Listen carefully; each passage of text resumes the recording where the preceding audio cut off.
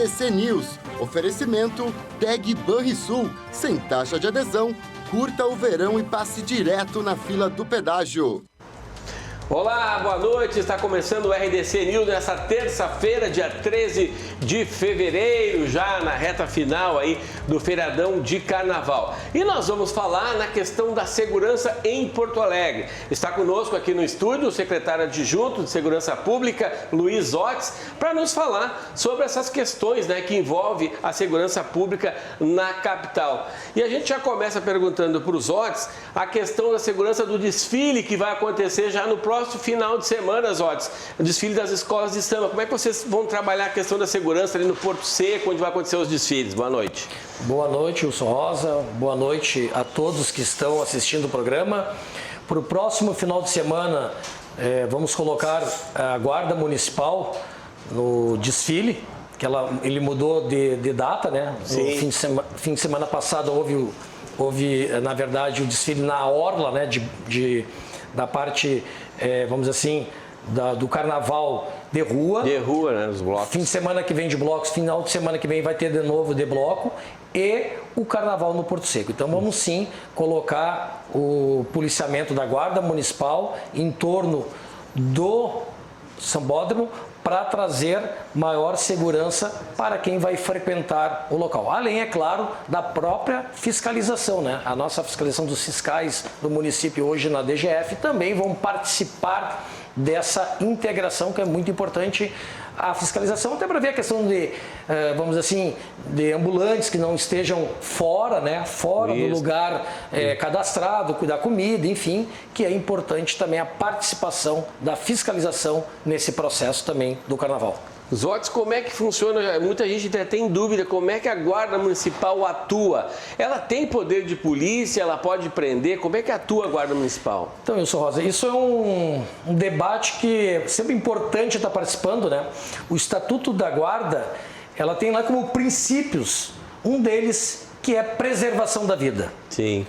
Quando tu fala preservação da vida, tu tens o dever de atuar. E lá no artigo 5º do próprio Estatuto da Guarda, tem a previsão da prisão em flagrante. Feita a prisão em flagrante, encaminhar à Polícia Civil.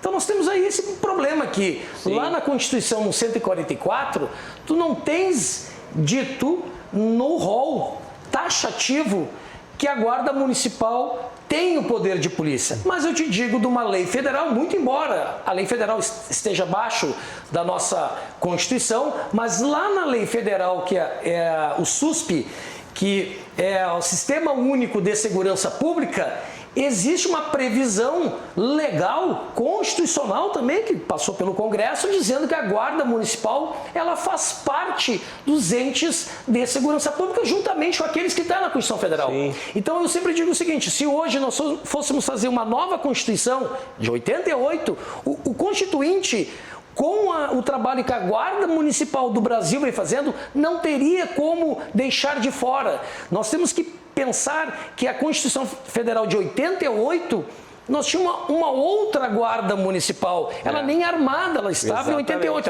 Ela existia. Vou falar em Porto Alegre, que é a mais antiga. Ela existia, mas ainda não tinha uma Secretaria de Segurança Pública, né? Não tinha uma previsão de um formato de segurança pública. Então eu reforço, a Guarda pode sim fazer a prisão e, com relação à prisão, acho que é importante destacar, hoje nós fechamos mais de 600 prisões, chegamos então a 630, desde a criação da Secretaria de Segurança do município, que é 2013. Então, é um avanço da Guarda Municipal Porto Alegre no número de prisões. São 630 prisões realizadas desde 2021. Desde 2021. Quando eu assumi, fui cedido, nós estávamos com 52. Chegamos naquele ano com 157. 2022 chegamos a 170. Isso corresponde a 8% de aumento. E 22 para 23 terminou no ano passado, 297. Isso corresponde a 74% de aumento de número de prisões em Porto Alegre, feita pela Guarda Municipal. Pela Guarda Municipal. Interessante esse número, hein? Olha só, 630 prisões efetuadas pela Guarda Municipal. Bom, os OTS também coordenam essa questão das operações, né, que a gente mostrou sempre ao vivo aqui no RDC News, as operações nos ferros velhos. Aqui no 4º Distrito tem uma região muito forte dessa questão. E eu quero chamar a atenção, eu estava até comentando com os OTS aqui antes do programa, é uma região em Porto Alegre que chama muita atenção. Na saída da Ramiro Barcelos, quem vai pegar a Castelo Branco, ali do lado da vila, que fica aqui na Voluntários da Pátria, né? Na loteamento Santa Terezinha, ou Vila dos Papeleiros, como queiram chamar, naquela saída ali da Ramiro, a gente nota que é uma espécie de um fogão ao ar livre, é preto o chão, de tanto que queimam fios naquela região ali. Então eu quero perguntar para os OTS, aquela área que chega a ter, né, todo um trecho ali de parte queimada no chão, é fio queimado que são roubados por causa do cobre? O que é aquilo ali?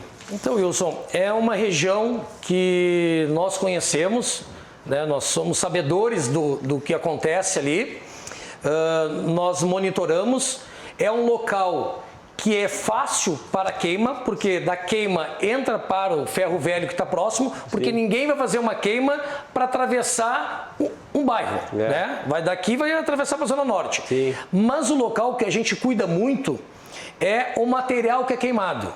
Já aconteceu de a gente pegar o próprio lixo, daqui a pouco um plástico. Sim. E a questão dos fios, isso que nos preocupa quando ele é o cobre. Aquele material cobre é oriundo dos fios que estão pendurados, né? Que na verdade é o que vamos dizer assim, que vai diretamente para a população, que é a Oi, Claro, Vivo e também da EPTC. Esse é o nosso cuidado para que esses fios, que ele vulgarmente ele vai chamar o cabelinho, porque ele é cobre, fio de anjo, né? Ele tem quando ele queima, ele fica que nem um cabelo, um cabelinho de anjo, né? Bem fininho, né? Então, muitas vezes, quando a gente tem a notícia, nós vamos sim no local. Se tem o material já porque eles descascam e queimam. Pegamos o material e está do lado vamos dizer assim, o resto do que fica em torno do fio, já dá para fazer a prisão. Chamamos daí a empresa que é responsável, encaminhamos para a DPPA, para a Polícia Civil, e nós conseguimos ou um crime de receptação ou um crime de furto, se ele furtou, enfim. E em muitos casos, como eu falei, pode ser um plástico, mas também pode ser o fio, aquele que as pessoas, que todo mundo descartam errado o fio, eles vão lá e pegam e acabam fazendo nos containers, né? E acabam realizando a queima. Claro que quem passa por ali, vê aquela queima, claro, ela está errada, mas a gente tenta combater sempre a queima para que também não aconteça ali, daqui a pouco pega uma queima e vai fazer uma destruição que vai ter que chamar daqui a pouco os bombeiros. Claro, mas nós temos o conhecimento e estamos combatendo sempre dentro do possível. Certo. Outra questão também que a gente pode abordar aqui com os OTS, que é o secretário adjunto de Segurança Pública, é a fiscalização na área central. Nós mostramos também aqui na RDC, na Avenida Voluntários da Pátria, mudou completamente o visual de quem passa na Voluntários da Pátria. Antigamente eram camelôs por toda a calçada, as lojas invadiam a calçada com produtos e não dava para se caminhar, tinha que ir para o meio da rua onde passavam os ônibus. Agora não, agora a gente nota que está limpa a calçada, né? Os OTS, a fiscalização está forte ali naquela região da Voluntários da Pátria, vocês estão atuando também no todo o centro histórico, né? Sim. Wilson, a gente aproveitou, tu teve a oportunidade, junto com a RDC TV, participar, que é muito importante, uma TV local, cobrir o que Porto Alegre está fazendo. Foi, vamos dizer assim, mais um case para Porto Alegre, sim, que é transformar um centro histórico numa atrativo, tanto para o comércio, também sim, da forma de segurança. Então, existe um código de postura 1275, o número 12, ano 75, que já prevê a proibição de colocar materiais para fora. Então, com a construção do centro histórico, a gente colocou em prática. Então, o ambulante, o comércio não podendo colocar nada para fora e o ambulante informal também. Então juntamos os dois. Para isso, precisamos montar uma equipe, a equipe formada pela Guarda Municipal, pela fiscalização, unidas, conseguiram neutralizar e hoje chegarmos realmente um sonho para nós que parecia que ia ficar só no papel e realmente não ficou. Então, nesse processo, tivemos realmente o prefeito, todas as outras secretarias e principalmente o Sindilojas, que comprou também com essa ideia de que a gente pudesse transformar o centro.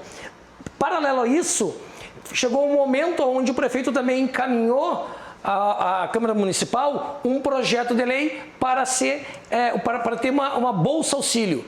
Então, já temos isso, vai ser iniciado um pagamento, então esse pessoal foi cadastrado, hoje eles ainda estão colocados no entorno do chalé, ali na Praça 15, mas assim que tiver o pagamento, a bolsa, eles vão ser destinados ao comércio formal, eles vão ser formais, né? Então, uma boa notícia, pessoal. Isso. Então, na verdade, os voluntários que tu participaste, ela só é um exemplo, porque do centro histórico era o pior momento. Então, nós entramos no pior momento. Do pior ficou mais fácil avançar para outros. Hoje a gente tem um problema na Andradas ainda, que Andradas temos o pessoal dos indígenas, né? Sim. Que estamos também em tratativas, mas o intuito é que o centro histórico, na totalidade, ele não tenha nem aquele que ainda está num processo de retirada. Certo. Mas esse trabalho foi muito importante,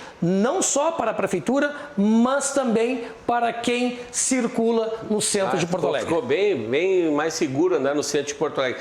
Outro assunto que eu quero abordar com os Otis, que é muito polêmico aqui na capital, a questão dos flanelinhas, a fiscalização com os flanelinhas. É uma dificuldade, a gente sabe que tem até uma lei municipal que proíbe flanelinhas em Porto Alegre, mas não adianta. Parece uma praga urbana, não tem jeito de terminar com isso. Como é que vocês fiscalizam, os Otis, essa questão dos flanelinhas? Então, como tu colocaste, tem uma lei, mas o trabalho deles também não tem, para lá na contravenção, que é exercício irregular de profissão, eles não têm profissão, então eles não têm uma contravenção para na verdade, ter um registro. A Guarda tem feito o máximo de trabalho para combater o flanelo, o máximo de trabalho. Sim. Então, tu imagina o máximo de trabalho. Tu colocaste da lei, ele vai ser autuado.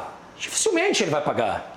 Ele não vai pagar. Então, na verdade, é um problema para nós, né? É um problema, mas avançando, e que a gente vê em locais onde tem paquímetros, a gente nota que a ausência deles, né? Porque a pessoa vai pagar. Mas uma questão que é muito importante para ver, eu acho que nessa questão a sociedade também ela deveria colaborar no sentido de que se ela foi extorquida ali, se tem um policial, seja militar, um guarda, chamar, encaminhar à delegacia, porque daí nós temos um crime de extorsão. Mas é muito difícil, as pessoas quererem deixar de aproveitar para ir para uma delegacia. É verdade, é complicado mesmo.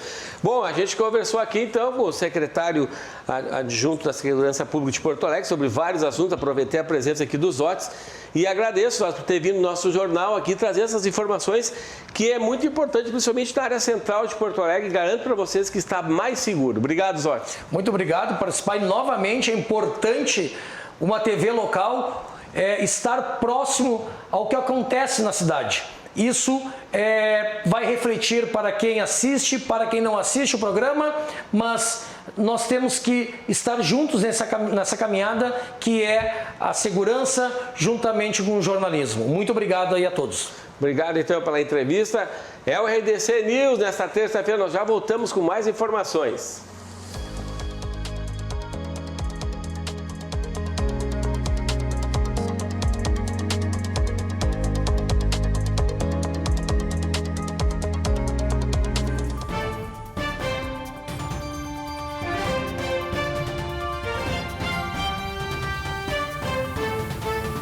Estamos de volta com o RDC News nesta terça-feira de carnaval. Vamos falar agora de turismo em Porto Alegre.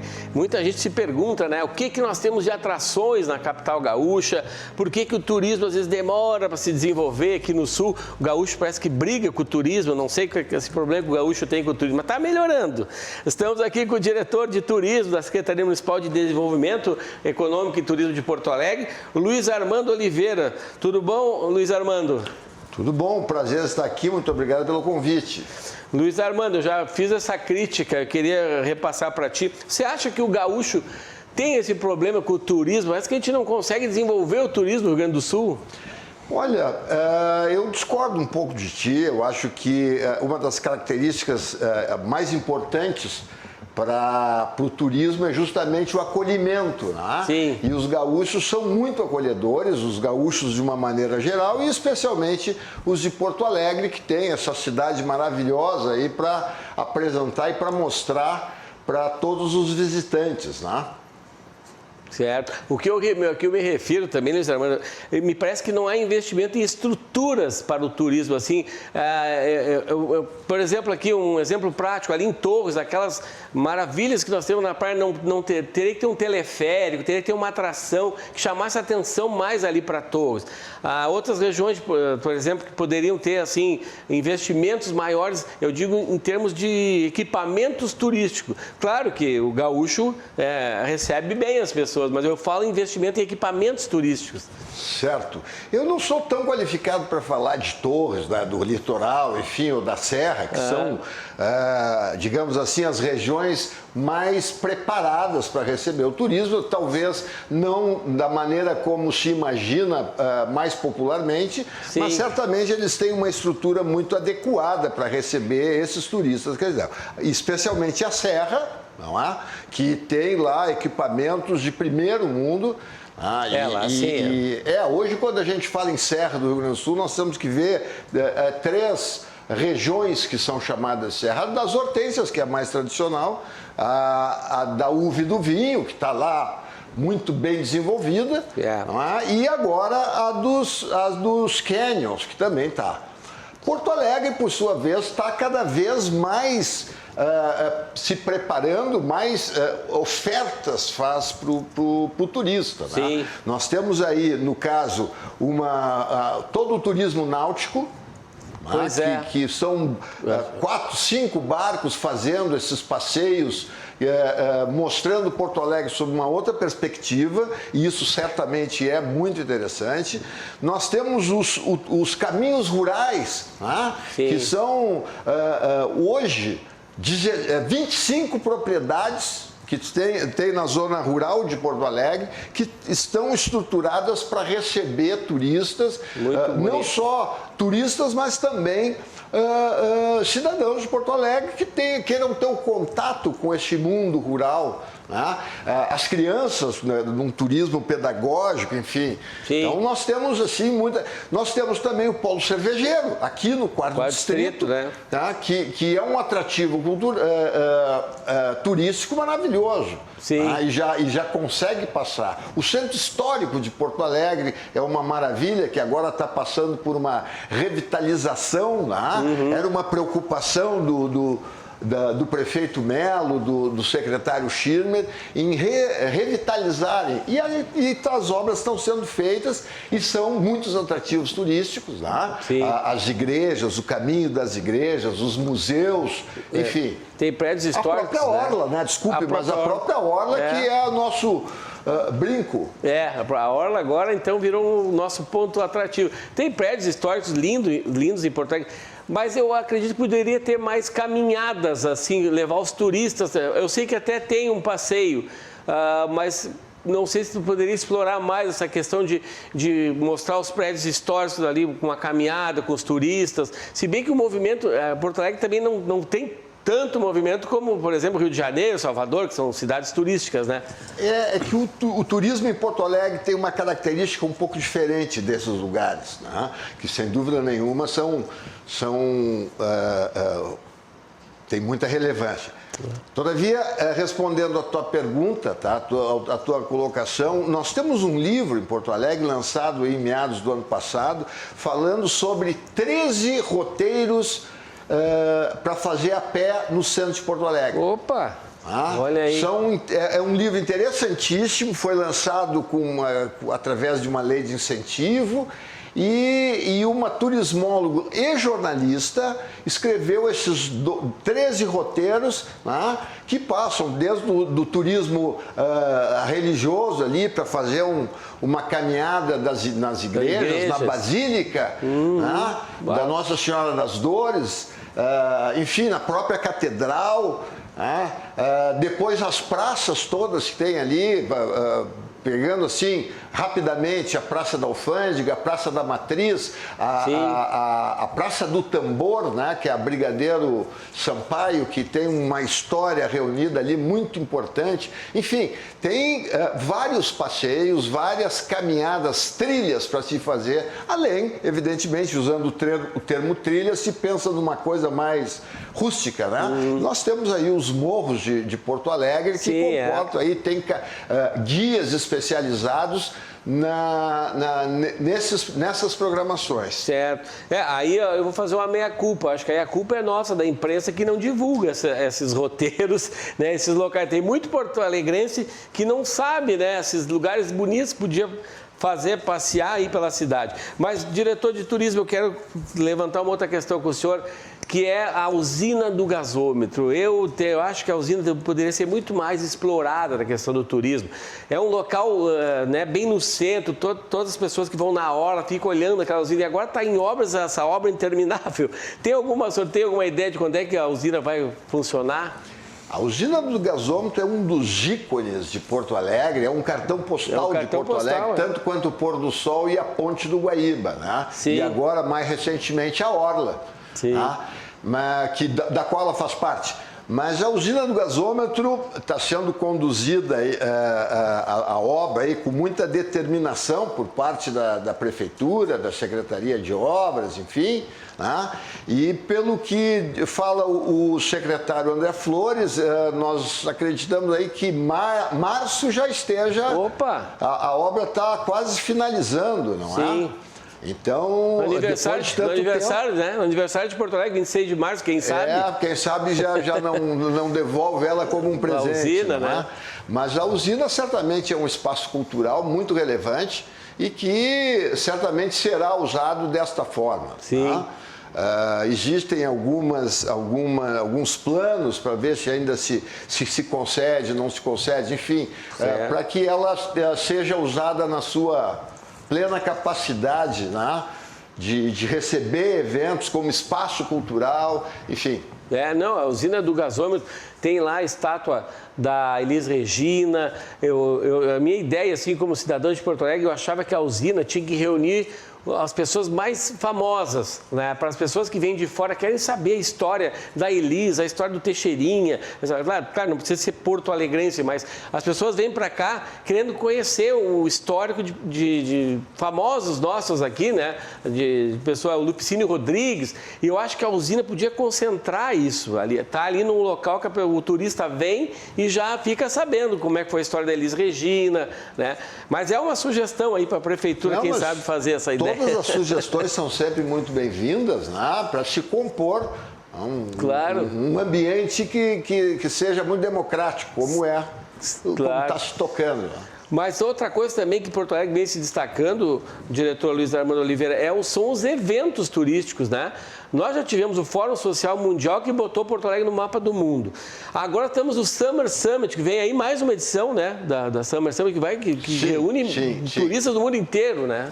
Eu não daria toda essa dimensão que tu estás dando em relação ao Fórum Social. Acho que Porto Alegre tem uma história muito grande, né? Uma representatividade cultural muito grande. Né? Então, ela já tem aí uma cidade com 252 anos, né? Que tem uma história, uma personalidade, sem necessariamente ter ter surgido por esse ou por aquele motivo. Eu vejo o Salt Summit, por exemplo, como um grande evento. E esse evento traz aí aproximadamente 20, 25 mil pessoas, né, dos mais variados lugares do mundo, para participar pela representatividade econômica que ele tem, pelo que ele representa de inovação. Sim. Tá? E eu acho que esse ponto é uma deixa para que eu consiga falar um pouco mais do turismo de Porto Alegre, especialmente na comparação que tu fizeste em relação ao Rio de Janeiro e a Salvador. Tá? Porto Alegre se caracteriza por turismo de negócios. Sim. Tá? Porto Alegre é um centro de uma relevância ímpar, né, dentro do Mercosul. A localização dele, de Porto Alegre, o aeroporto de Porto Alegre é o terceiro maior do Brasil. Ou seja, toda a capacidade hoteleira de Porto Alegre é de altíssima qualidade. Enfim, então reúne condições, tem grandes empresas aqui. Tá? Então, nós estamos aí no centro, não só no centro geográfico, mas num centro econômico de grande importância. Tá? Estamos aí a 1h30, 2 horas de Caxias do Sul, né, que é o centro do metal mecânico, das outras cidades turísticas, enfim.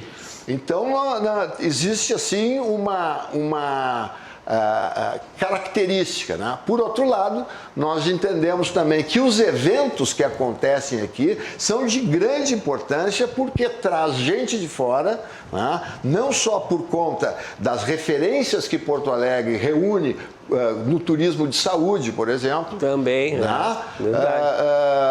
Enfim, em uma série de categorias que fazem não só vir gente, mas como a formação de grandes cabeças, por exemplo. É verdade, a questão de turismo forte também na área da saúde, porque tem muitas referências aqui na Santa Casa, né? Grandes centros médicos nós temos aqui, né? Santa Casa, Moinhos de Vento, o Hospital Mãe de Deus, o Hospital de Clínicas, enfim. Grandes referências. E, diretor de turismo, Luiz Armando Oliveira, quais são as metas para 2024 da Secretaria? Vocês estão apostando no que, assim, nesse ano? Quais são os grandes eventos para 2024? Nós temos como uma das metas que nós estamos comprometidos é justamente apoiar a realização e prospectar grandes eventos, que grandes eventos aconteçam em Porto Alegre. Isso, sem dúvida nenhuma, são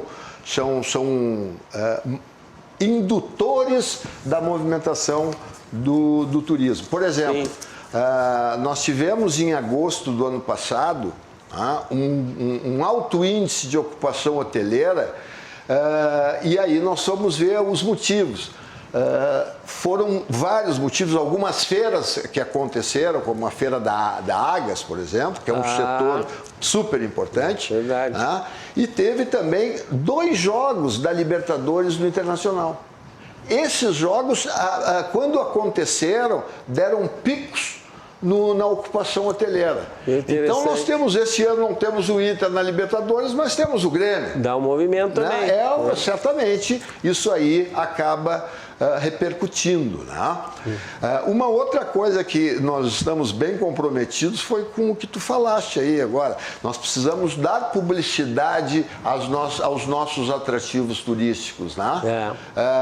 Nós temos, entre outras ações que pretendemos fazer, trazer jornalistas de fora para cá para mostrar toda essa gama, né, de atrativos que Porto Alegre reúne e que muitas vezes não são reconhecidos. É verdade. Tu tem razão. Tem que trazer gente de fora mesmo. Às vezes a gente não sabe e principalmente divulgar internamente, né, para que todos tenhamos ciência. Diretor de Turismo aqui da Secretaria de Desenvolvimento Econômico de Porto Alegre, Luiz Armando Oliveira, obrigado pela entrevista aqui e vamos aí, como é que se diz, divulgar mais o nosso turismo em Porto Alegre. Ok, muito obrigado pela oportunidade. É um prazer. Muito obrigado. Então tá, gente, encerramos o nosso RDC News essa terça-feira. Voltamos amanhã na quarta-feira de cinzas. Tchau!